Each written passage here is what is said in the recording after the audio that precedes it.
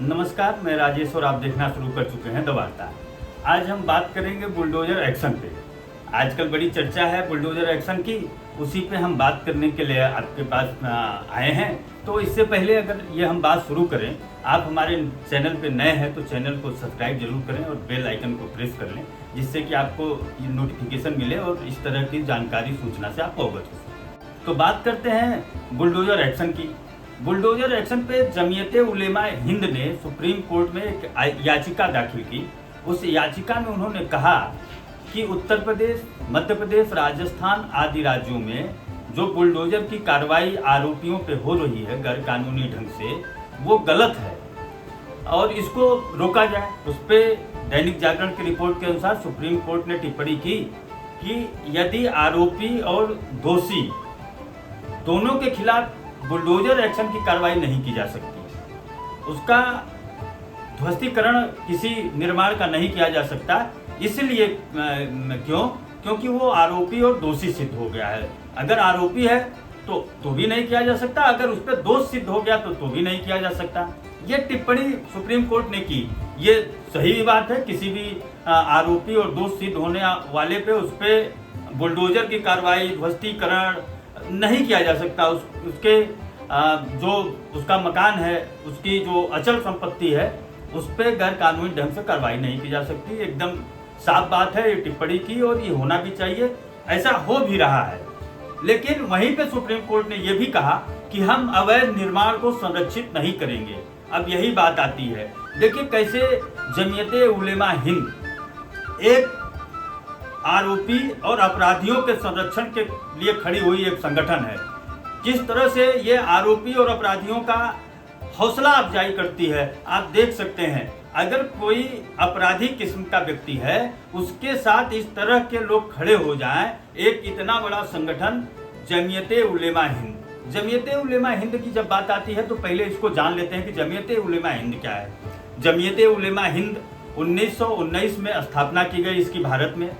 ये इस्लाम की रक्षा करने के लिए, और उस समय जब इसकी स्थापना की गई थी तो दारुल कजा, एक इस्लामी अदालत को स्थापित करने के लिए इसका उद्देश्य था। इसी उद्देश्य के साथ बनी हुई थी। आज इस्लाम धर्म की रक्षा करने के नाम पे ये संगठन चल रहा है। अभी हाल ही में इसके गवर्निंग काउंसिल की एक बैठक हुई, जिसमें एक कट्टरवादी सोच इन्होंने स्थापित किया और कहा कि जो स्कूल में सूर्य नमस्कार, प्रार्थना, श्लोक पढ़ाए जाते हैं वो इस्लाम के विरुद्ध हैं। इसका इस्लामी छात्र और इस्लामी छात्र के परिजन इसका विरोध करें। इस तरह के कट्टर सोच के लोग यहाँ पे हैं और संविधान, कथित संविधान बचाओ वाले जो गिरोह हैं, इस पे एक शब्द भी उनका मुंह नहीं खुला। संविधान की कॉपी लेके घूमते हैं। ये तो पॉलिटिशियन अपने हित के लिए जनता को केवल बरगला रहे हैं, संविधान की कॉपी लेके घूम रहे हैं और इस तरह की कट्टर सोच इसी भारत में पनप रही है। अभी इनका जमीयते उलेमा हिंद का मुंह नहीं खुला। एक प्रयागराज में मौलवी ने, उसके मस्जिद में, मदरसे में ये पाया जा रहा है कि एक संगठन आतंकवादी है। आरएसएस के ऊपर एक किताब पाई जा रही है कि ये जो है आतंकवादी संगठन है। इस किताब को पढ़ाया जा रहा है और इस किताब को एक जो है कि पढ़े लिखे मुसलमान ने उसको जो है कि लिखा है। इस तरह के कट्टरवादी सोच के लोग भारत में पनप रहे हैं और कथित संविधानवादियों का मुंह नहीं खुल रहा है। आप ये समझ लीजिए कि केवल राजनीति हो रही है। चलिए ये बात तो दूसरे जगह जाते हैं, हम जमीयते उलेमा हिंद की बात करते हैं कि जमीयते उलेमा हिंद का चरित्र क्या है। उसका चरित्र आरोपियों और अपराधियों को संरक्षित करना है। जब आरोपी और अपराधी संरक्षित होंगे तो देश में अराजकता बढ़ेगी। आप सोचेंगे कि अराजकता कैसे बढ़ेगी?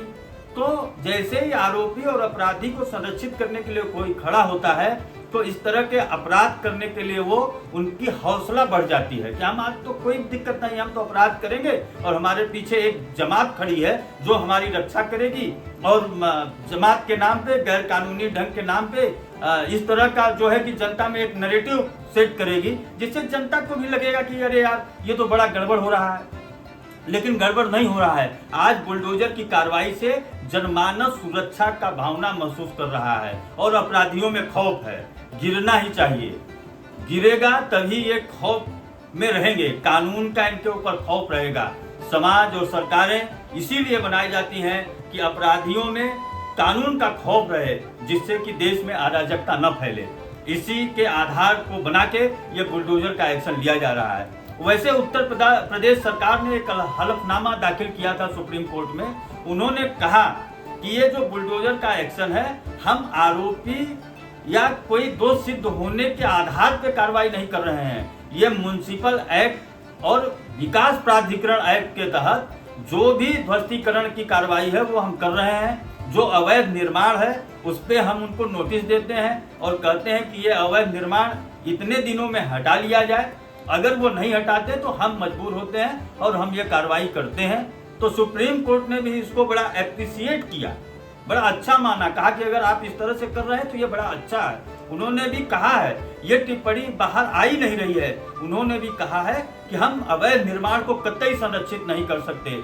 तो जो भी आरोपी और अपराधी इस तरह के लोग जो समाज में हैं, जो अपराध भी करते हैं और अवैध अतिक्रमण करते हैं, हाँ एक बात ये छूट रही है, ठीक है ये ध्वस्तीकरण की कार्रवाई तो होनी ही चाहिए, लेकिन जिस जमाने में ये अवैध अतिक्रमण खड़ा हुआ उस मिली भगत जो सरकारी अधिकारी हैं उनके ऊपर भी कार्रवाई निश्चित की जाए, जिससे कि आने वाले समय में जो सरकारी अधिकारी हैं ये सतर्क रहें कि अवैध निर्माण को संरक्षित न करें। ये लालच में, लोभ में अवैध निर्माण को संरक्षित करते हैं, डर के मारे सरकारें रहती है, बोलते नहीं है। ये उसी सरकार में झंडा लगाए व्यक्ति नेता बना है और अवैध अतिक्रमण कर रहा है और अधिकारी मुंह पे मुंह, हाथ में हाथ धरे रह जाएं। इनको इसकी छूट नहीं देनी चाहिए, इनके ऊपर भी कार्रवाई होनी चाहिए। ये इसी के साथ हम इस वीडियो को समाप्त करते हैं। अगर वीडियो अच्छी लगी तो वीडियो को शेयर करें। आप भी अपनी विचार जो है कमेंट के माध्यम से बताएं। हम राजेश, आप देखते रहिए द वार्ता। धन्यवाद।